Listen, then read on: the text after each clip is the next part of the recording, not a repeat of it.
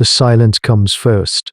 It is a presence, not an absence, a sudden hushing of the canyon's drone, as if the world itself holds its breath. The small clan, the people of the red stone, know the sign. They press themselves into the crevices of the cliff face. Their dark, hairy forms little more than shadows within shadows. They are a species of Australopithecus, a fragile foothold in the deep archives of hominid history, and they have learned that to be seen is to die. Keller, the old matriarch, shoves a whimpering juvenile deeper into a fissure, her own knuckles white as she grips the rock. Her eyes, and all eyes, turn upward. The sun is still high, a merciless white eye in a blue empty face. But the light is beginning to fail. A shadow falls. It does not creep, it arrives. One moment, the canyon floor is a tapestry of acid-bleached stone and hardy green scrub. The next, it is plunged into a cold, racing twilight. The shadow is a perfect, moving eclipse, the shape of a cross thrown against the earth, vast enough to swallow their entire territory in a single, gliding pass. It moves with an unnatural speed, a stain of night traveling at the pace of a storm. Then comes the sound. It is not a roar or a screech, but a series of dry, percussive sea lacs like immense bones striking one another, followed by a tearing hiss that seems to rip the air. The people of the red stone do not need to see the god to know it is there. The shadow is enough.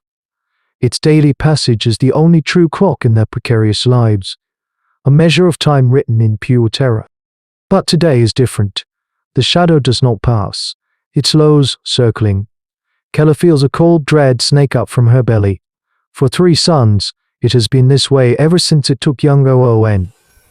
He had been careless, straying too far from the cliff's safety to chase a lizard. No one saw the descent, only the shadow contracting with impossible speed and the boy's single, thin scream, cut short. Now the great god lingers, its immense from a circling wound in the sky. The clan can see it clearly, the long, spear-like head, the vast, leathery wings stretched taut, wider than any 3 trees laid end to end. The Quetzalcoatlus. To them it is no name but terror. It is the thing that blots out the sun, the spirit that plucks life from the earth without warning or reason.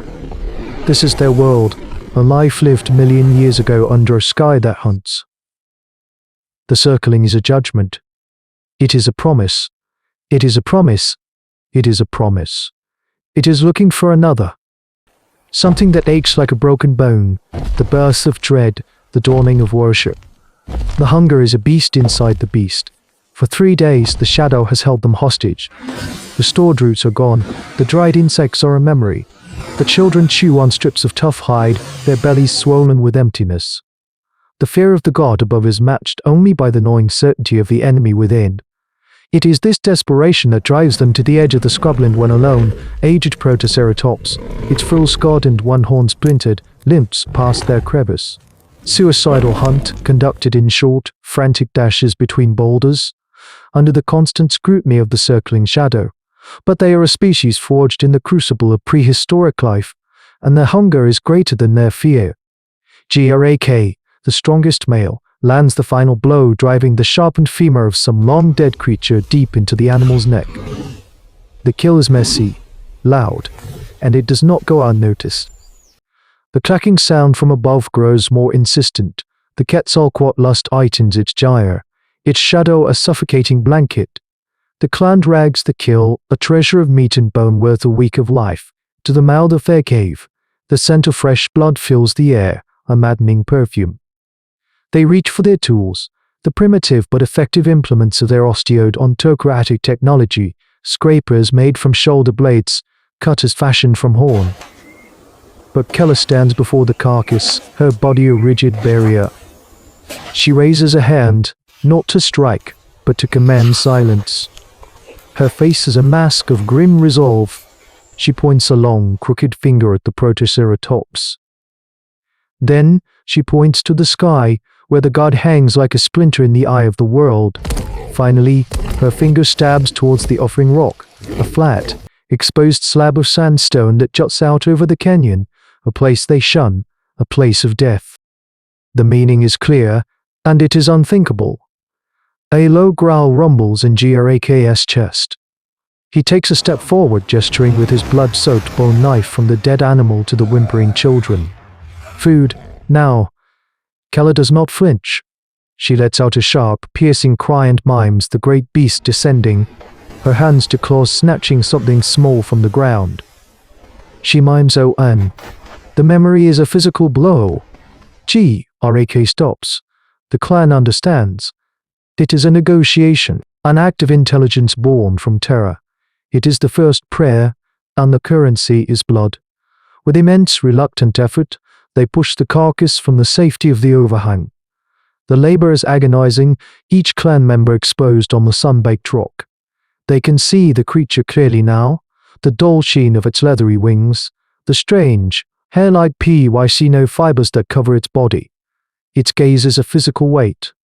They shove the Protosaur up to the center of the rock and scramble back. A tide of terrified forms receding into the cliff. Huddled in the dark, they watch.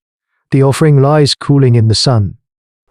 The shadow stops circling and begins its silent, terrible descent. There is no sound to the landing. The colossal creature simply arrives, its limbs unfolding to touch the offering rock with a delicacy that is obscene for its size. The wind from its wings is a physical blow, a hot, dry gale that kicks up dust and stings the eyes of the clan watching from their shelter. For a frozen moment, the god of the canyon stands over its prize, a creature of impossible geometry. Its spear-like beak, longer than a full-grown hominid is tall, probes the carcass. It does not tear or rip like a scavenger. It meticulously, almost surgically, punctures the hide and lifts the entire Protoceratops into the air as if it weighs nothing. The great head tilts back, and the offering is gone, with two powerful, silent beats of its wings. The Quetzalcoatlus pushes off, climbing into the blinding sun until it is once again just a circling speck, and then nothing. The canyon is quiet. Days pass. The shadow does not return. A new rhythm establishes itself, one built on the memory of the sacrifice. The clan forages, but their eyes are always on the sky, their movements always tethered to the safety of the cliffs. They survived. The hard choice, the offering of precious food, had been the right one. The god was appeased. This knowledge settles not as comfort, but as a new, profound truth that reshapes their world. But one of them, a young male named Law, is not appeased. He is haunted. The image of the creature is burned onto the inside of his skull. He sees the long, cruel beak in the passional's eye in his sleep. While others learn to live with the fear, Law is consumed by it, driven by an urgent need to understand the shape of his terror. He finds a shard of charcoal from a dead fire. In the deepest, safest part of their cave, where the light is dim, he puts the black stone to the red rock. His hand, guided by a force he does not comprehend, begins to move. He does not know what he is doing, only that he must. He scratches out the impossible length of the beak, the vast, arching wings that blot out the sun. He grinds red ochre with spit and smears it on, giving the shape a bloody, living hue, a crude but unmistakable replica of the god.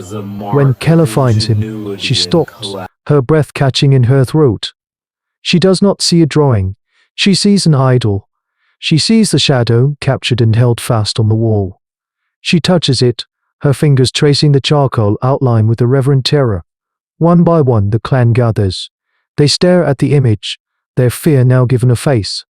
Here, in the flickering light, these early humans are participating in a pivotal moment of human evolution, turning an object of pure dread into a symbol of worship, the first step in a long journey through prehistory. This crude drawing, born of terror and etched in charcoal, is more than a record. It is a cage for the unnameable.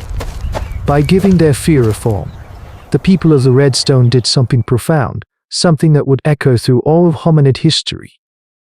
They took the overwhelming, soul-crushing power of the natural world, of the dinosaurs that ruled their ancient earth, and held it still. It was the moment a hominid mind, faced with a god-sized beast, refused to simply cower and instead sought to understand, to capture, and in doing so to control. The shadow on the wall became the foundation of myth, the genesis of ritual, the first proof that the human imagination, when cornered, would not invent a way to escape, but a reason to stand its ground. Their struggle was not just for survival, but for meaning, a battle fought not with stone tools, but with symbols.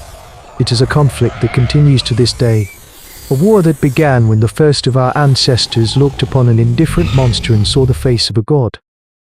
This is the bedrock of the human spirit, forged in shadow, written in stone. But in the frozen north, a different kind of shadow falls, not from the sky but from the trees.